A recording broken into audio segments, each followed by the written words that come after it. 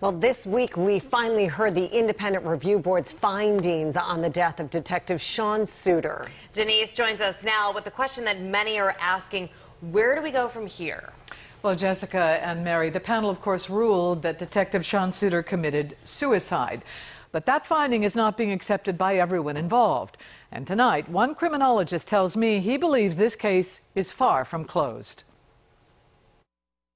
It was a foregone conclusion that the results, wherever they would fall, would not be amenable to lots of parties. The results from the IRB's report that last November, Detective Sean Suiter, under duress because he was set to testify the next day in a federal corruption case involving fellow officers, separated from his partner, went into a West Baltimore alley alone and used his own gun to shoot himself in the head, were immediately disputed by his widow, who talked to the Baltimore Sun. My husband did not commit suicide. I will not go on allowing anyone to shame my husband's name and ruin his legacy. And on the C4 show by Kevin Davis, who was police commissioner at the time. I think people should just press pause if they think that everything in that report is entirely accurate.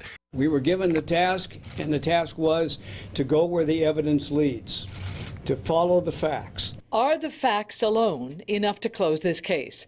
Ross wonders why the members of the review board didn't come from a totally unbiased external body, such as state police or D.C. police. My initial impression with the independent review panel was that there was too much proximity, too close to the BPD. In a city already rife with distrust, Ross believes this report only raises public suspicions and fuels conspiracy theories.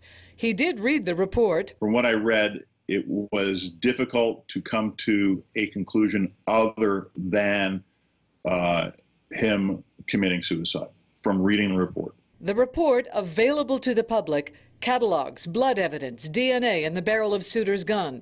The IRB reached Unanimous agreement on all recommendations, all findings. It's not going to close the book on this case. Now, Chief Medical Examiner David Fowler had ruled Sean Suiter's death a homicide. He has received a copy of the report, and it is possible he could revisit his conclusion.